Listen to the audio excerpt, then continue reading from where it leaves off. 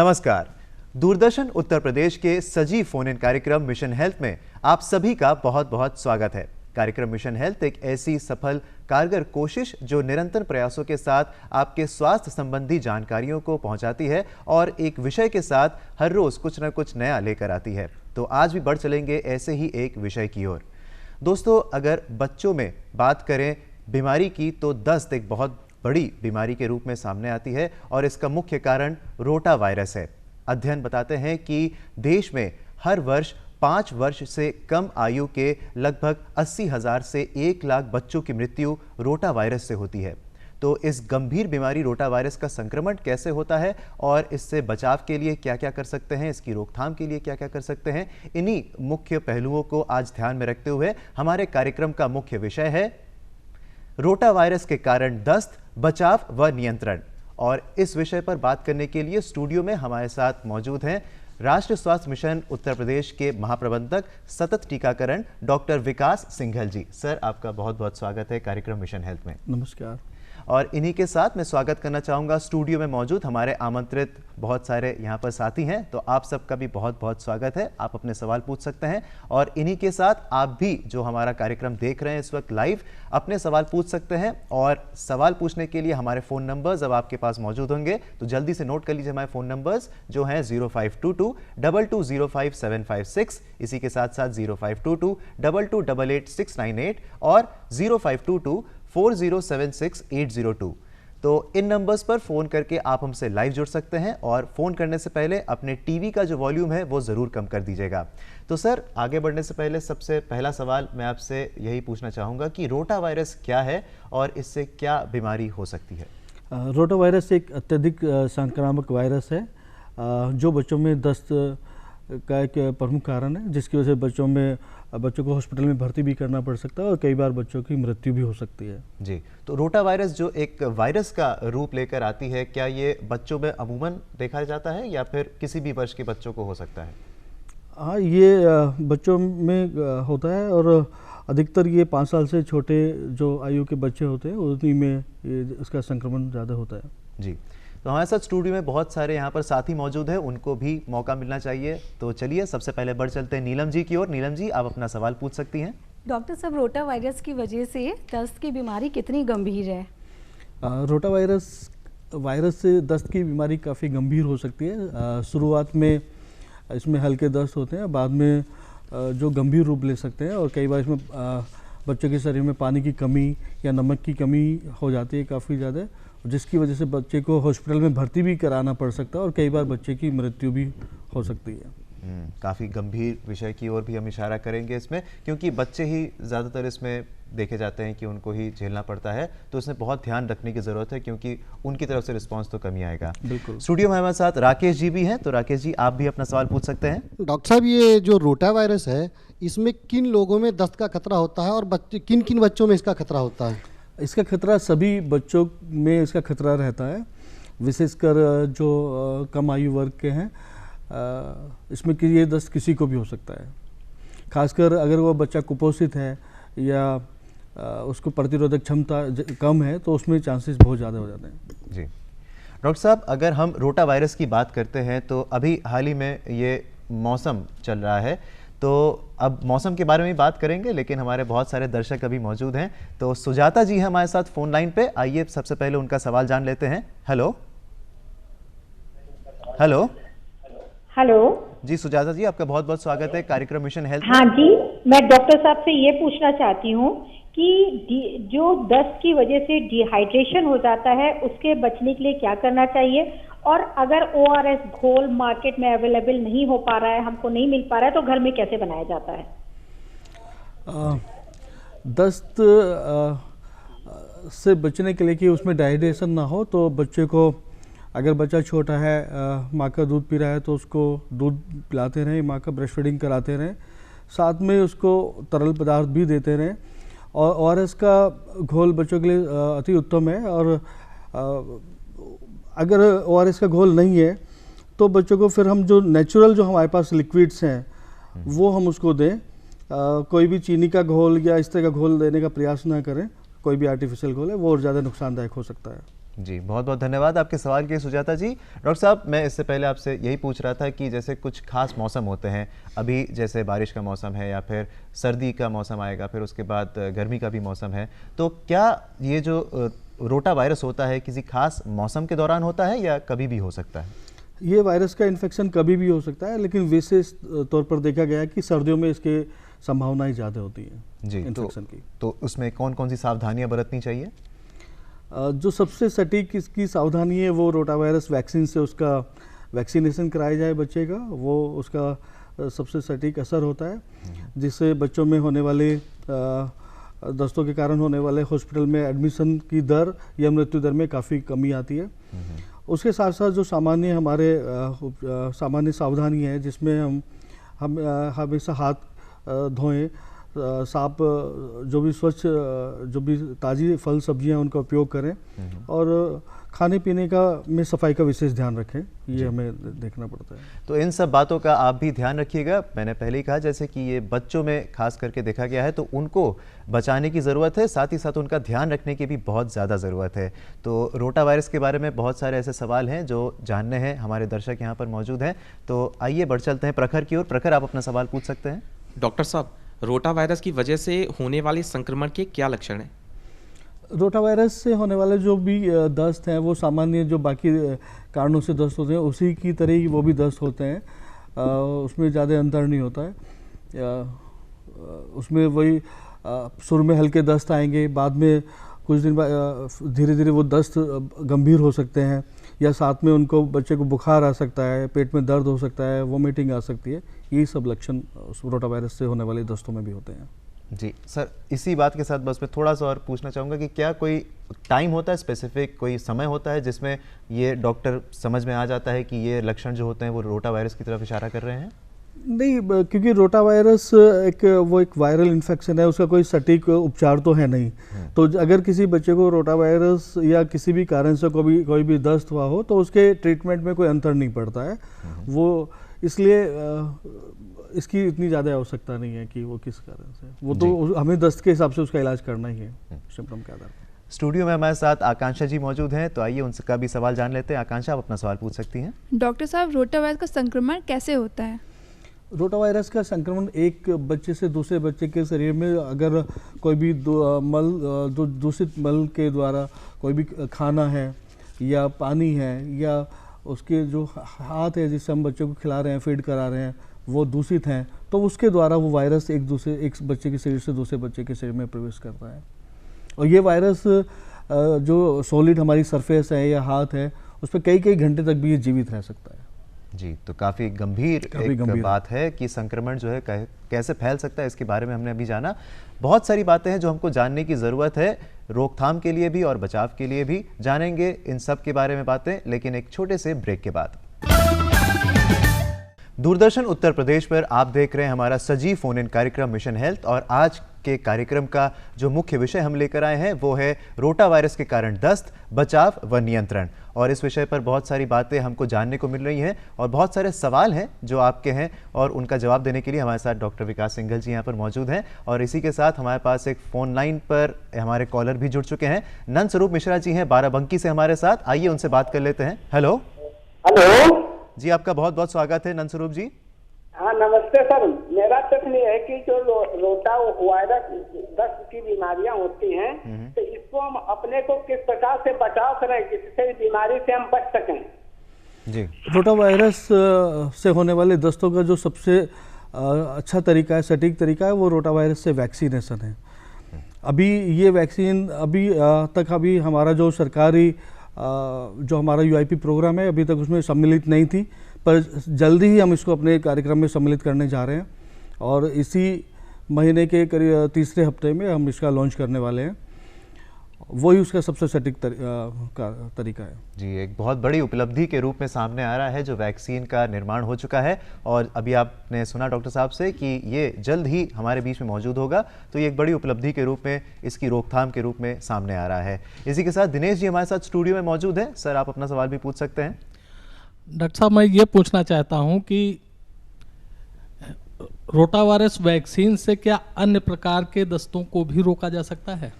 नहीं, rota virus vaccine से केवल हम उन्हीं दस्तों को रोक सकते हैं जिनका कारण रोटा वायरस है, क्योंकि दस्तों के और अन्य प्रकार के जो जीवाणु है या विषाणु है उनके वजह से भी दस्त हो सकते हैं। ये वैक्सीन केवल उन्हीं दस्त में हमें बचाएगी जो रोटा वायरस से होने वाले दस्त हैं, उनसे हमें प्रोटेक्ट करेगी बच्चों को। और डॉक्टर साहब, इसीलिए ये सवाल जो मैंने पहले पूछा था कि जो दस्त होते हैं बच्चों को, अमूमन उसमें ये कब तक हम ये समय जो निर्धारित समय होता है कि रोटा वायरस की वजह से हुआ है, कैसे पता चलता है? तो नहीं, रोटा वायरस जैसे मैंने पहले भी बताया कि वो भी सामान्य बाकी दस्तों की तरह ही रोटा वायरस का दस्त है। ये जानने के लिए उसकी फिर हमें मल की जो लैब जांच करानी पड़ेगी, तभी उसमें कंफर्म होता है कि इसका रीजन क्या है, कौन सा वायरस या कौन सा बैक्टीरिया उसका पॉजिटिव एजेंट है। पर देखा यह गया है कि करीब करीब जितने भी बच्चों में दस्त होते हैं उसके 40% लगभग जो मामले हैं वो रोटा वायरस की वजह से होते हैं जी। तो ये एक मुख्य कारण है, इसलिए ये थोड़ा गंभीर है जी। तो ज़रूर ये जांच करवाएं जिसके बारे में अभी आपने सुना। और इसी के साथ साथ स्वर्णलता जी आप मौजूद हैं स्टूडियो में, आप अपना सवाल पूछ सकती हैं। डॉक्टर साहब, ये रोटा वायरस की वैक्सीन जो है ये कहाँ कैसे दी जाती है? रोटा वायरस की वैक्सीन जो हमारा जो नेशनल इम्यूनाइजेशन शेड्यूल है, जिसमें हम जो फर्स्ट डोज पेंटावेलेंट की 6 हफ्ते की आयु पे लगाते हैं बच्चे की, और सेकंड डोज 10 हफ्ते की आयु पर, और थर्ड डोज 14 वीक पर। उसी के साथ साथ ये रोटा वायरस की वैक्सीन भी इसी तरह से 3 डोजेज में दी जाएगी, जिसमें पहली खुराक जो होगी उसकी वो 6 हफ्ते की आयु में होगी, सेकंड जो खुराक होगी वो उसकी जब वो 10 वीक की आयु हो जाएगी बच्चे की, और थर्ड जो डोज होगी वो 14 वीक पे। ये एक लिक्विड वैक्सीन है जो ओरल दी जाएगी, और ये एक डोज इसकी 5 बूंद की होगी। जिस तरह से हम ओरल पोलियो वैक्सीन देते हैं ड्रॉप में, ये भी एक ड्रॉप लिक्विड वैक्सीन है जिसको हम मुंह के द्वारा देंगे जी। डॉक्टर साहब, ये रोकथाम के लिए हमने अभी टीकाकरण की बात आपने कही कि इसकी रोकथाम के लिए दिया जाता है, तो क्या टीकाकरण के पहले या बाद में स्तनपान कराया जा सकता है बच्चे को? जी हाँ, अगर बच्चे को बिल्कुल स्तनपान कराया जा सकता है। उसका वैक्सीन या वैक्सीन से होने वाले जो इफ़ेक्ट्स हैं, उसके जो असर है, उस पर कोई प्रतिकूल प्रभाव नहीं है जी, उसमें सुरक्षित है जी। तो ये भी उन माओं के लिए एक बहुत बड़ी बात होती है जो बच्चों का ख्याल रख रही हैं। तो ये भी एक खास बात आपने जानी कि स्तनपान में कोई दिक्कतें नहीं आती हैं अगर इस वायरस से आपका बच्चा जूझ रहा है या फिर उससे लड़ रहा है। इसी के साथ साथ लक्ष्मी जी मौजूद हैं हमारे साथ स्टूडियो में, आप अपना सवाल पूछ सकती हैं लक्ष्मी जी। डॉक्टर साहब, किन परिस्थितियों में रोटा वायरस वैक्सीन बच्चों को नहीं दी जानी चाहिए? रोटा वायरस वैक्सीन अगर बच्चे को पहले से नॉन एलर्जी है, अगर हमें जानकारी है कि पहले उसको कोई वैक्सीन दी गई हो, उससे उसको एलर्जी हुई है, या फिर बच्चे को कोई जो इंटेस्टाइनल जो आंत है बच्चे की उसमें कोई गंभीर बीमारी है या आंतों का ऑपरेशन हुआ है, दूसरा कारण ये हो सकता है। और तीसरा, अगर बच्चे की प्रतिरोधक क्षमता बहुत कम है, इम्यूनो डेफिशिएंसी है, उसको इस तरह की कोई डिजीज़ है या उसकी प्रतिरोधक क्षमता बहुत कम है, तो ये 3 ऐसे मुख्य कारण हैं जिसमें वो वैक्सीन हमें नहीं देनी चाहिए। तो सर, जब नहीं देनी चाहिए तो उसके बाद कोई ऐसा समय है कि उसके बाद वो दे सकते हैं, या उसका पहले रोग का उपचार होगा उसके बाद? नहीं, वो तो इन कंडीशन में तो हम देंगे ही नहीं। जी जी जी, ठीक सर। इसके बाद बहुत सारी बातें भी हैं जो जाननी ज़रूरी हैं और हम जानेंगे भी, लेकिन आगे बढ़ने से पहले लेंगे एक छोटा सा ब्रेक। आप देख रहे हैं कार्यक्रम मिशन हेल्थ, और आज के इस कार्यक्रम में हम बात कर रहे हैं रोटा वायरस की और इससे कैसे बचाव किया जा सकता है, और इसके वजह से जो दस्त की बीमारी होती है उससे कैसे नियंत्रण भी किया जा सकता है। इसी सिलसिले में हमारे साथ स्टूडियो में अपना सवाल लेकर बहुत सारे लोग तो मौजूद हैं ही, लेकिन साथ ही साथ फ़ोन कॉल्स भी बहुत सारे आ रहे हैं। तो रेखा पांडे जी हैं हमारे साथ, बहराइच से इन्होंने फ़ोन किया है। आइए इनका सवाल जान लेते हैं। हेलो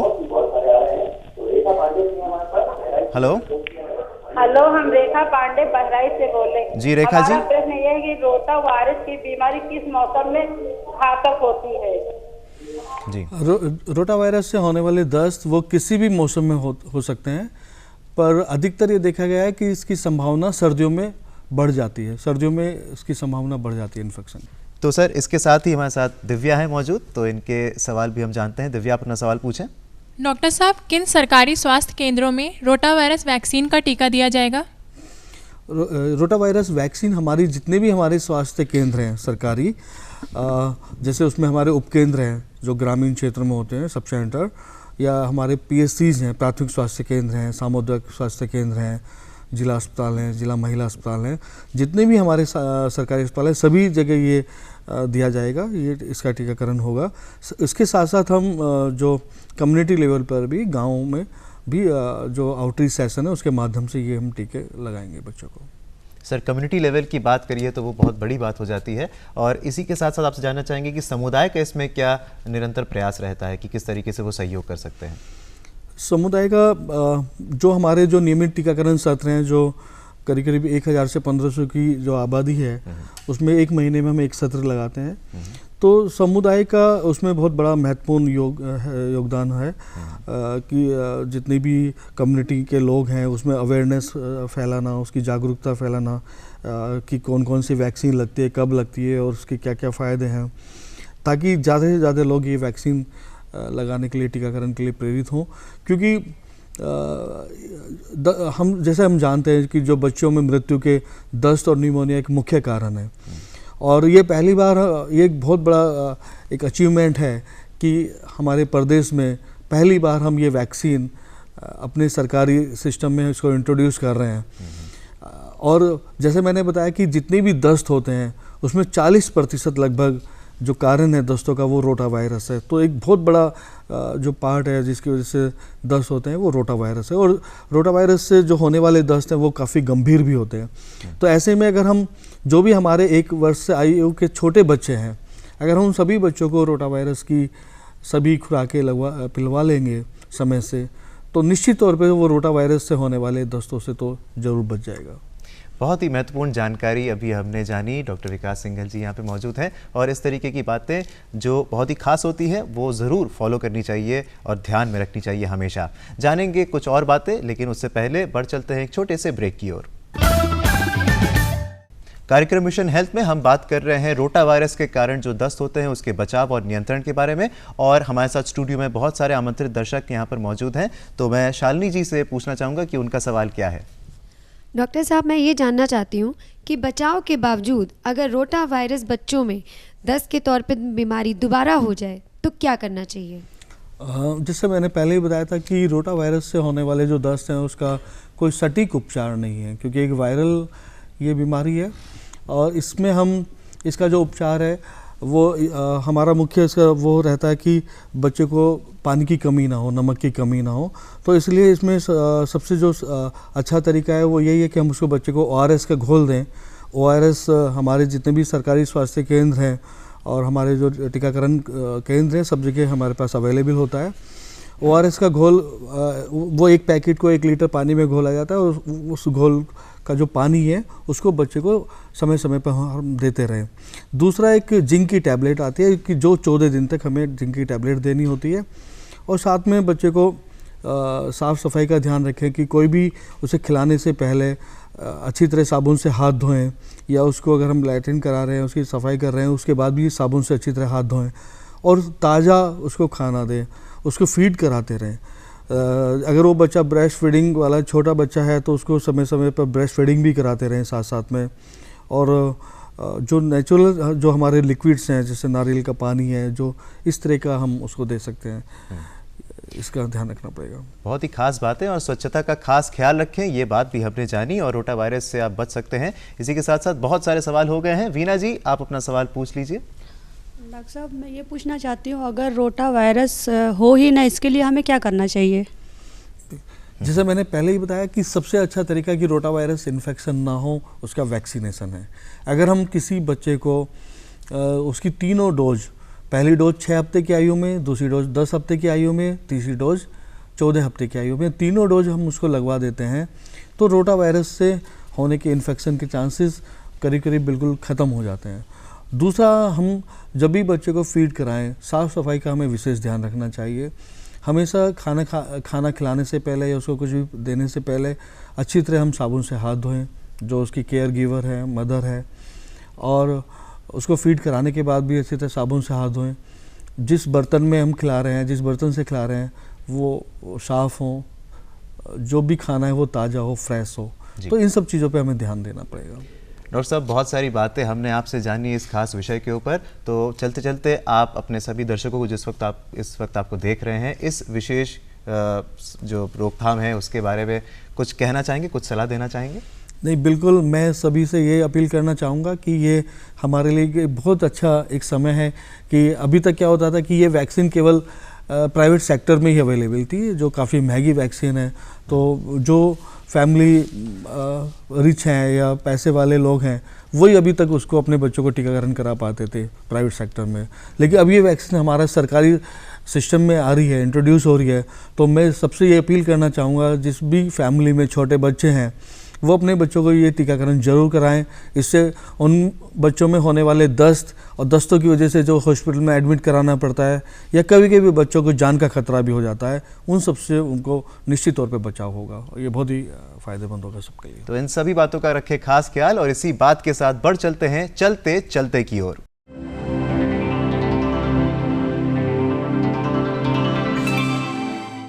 चलते चलते हम एक सवाल आपसे पूछते हैं आज के कार्यक्रम से जुड़ा हुआ, और उस सवाल का सही जवाब देकर आप यहां पर आमंत्रित दर्शकों का हिस्सा बन सकते हैं। और इसी के साथ चलिए बढ़ चलते हैं आज के सवाल की ओर। आज का सवाल है, बच्चों में रोटा वायरस से बचाव हेतु कौन सा उपाय सर्वोत्तम है? सवाल एक बार फिर से आप सभी के लिए, बच्चों में रोटा वायरस से बचाव हेतु कौन सा उपाय सर्वोत्तम है? और जवाब भेजने के लिए हमारा पता जल्दी से नोट कर लीजिए। हमारा पता है प्रस्तुतकर्ता मिशन हेल्थ, कमरा नंबर 205, दूरदर्शन केंद्र 24 अशोक मार्ग, लखनऊ 226001। और आप हमें अपने जवाब ईमेल के द्वारा भी भेज सकते हैं। हमारी ईमेल आईडी है missionhealth.dduplko@gmail.com। इस पते पर आप अपने सवाल के जवाब ज़रूर भेजें और हमें इंतज़ार रहेगा आपके जवाब का। इसी बात के साथ बहुत सारी बातें हमको जानने को मिली। सर, आपका बहुत बहुत धन्यवाद कि आज आप हमारे इस शो पर आए और रोटा वायरस से जो दस्त होता है उससे बचाव के लिए और नियंत्रण के लिए इतनी सारी खास बातें हमको बताई। Thank you. इन्हीं के साथ साथ मैं अपने दर्शकों का भी यहाँ पे आमंत्रित जो दर्शक हैं उनका भी धन्यवाद देना चाहूँगा जो आए और बहुत सारे बातों को उजागर किया। आपके सवालों से बहुत सारी जानकारी भी प्राप्त हुई और हम उम्मीद करते हैं कि आप सभी के सवालों का जवाब आपको मिल गया होगा। तो इसी बात के साथ दीजिए इजाज़त आज के इस कार्यक्रम मिशन हेल्थ से हम सभी को।